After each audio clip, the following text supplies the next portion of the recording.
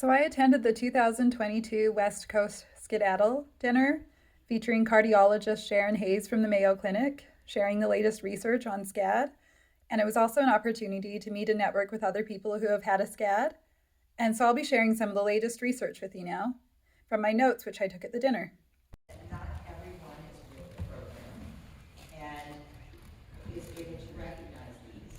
The other is sometimes SCAD can mimic atherosclerosis, that's that over here, and so we have to do some additional imaging to figure it out. So not a single gene is responsible for SCAD that they've found yet, so it may be multifactorial, and it's A allele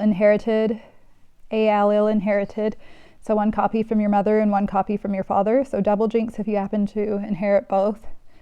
And the latest research showed that the same thing that causes heart attacks in men, atherosclerotic heart attacks, can cause SCAD in women. So if you have a family history of heart disease, scary. So Dr. Hayes was talking about how beta blockers may help. And she said she didn't want to put a limit on people on how much they can lift, because sometimes the job just needs to be done. But she would suggest around 35 pounds or less lifting that. And it's more about how you lift, bend with your knees and avoid straining. And with SCAD, you may want to avoid aspirin alone due to bleeding, where with other heart attacks, a preventative aspirin daily is actually good, but SCAD, it actually may cause more bleeding. Although she did emphasize that an individualized treatment plan is important for SCAD, because all of us are individuals, and all of us are individuals, and so may need a different plan. And SCAD may have affected various arteries and affect our hearts in different ways. You may want to avoid extreme weather. Common sense, if you have SCAD, may cause another SCAD. So there is an association with fibromuscular dysplasia. Of all the autoimmune diseases, there was the strongest association between SCAD and fibromuscular dysplasia.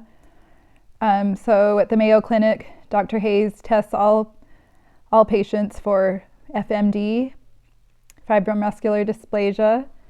So she does a CT scan to check for narrowing of the arteries or any aneurysms in the head and neck, and she checks the carotid artery. So fibromuscular dysplasia is another disorder that has the largest association with SCAD, so wanting to check for that is good. And carvedilol has a strong evidence for heart failure for improving pumping function. It's the physician choice for reduced pumping function. And as far as how SCAD begins, it's an outside-in mechanism, not a hematoma. So the walls of the artery turn outside in, apparently.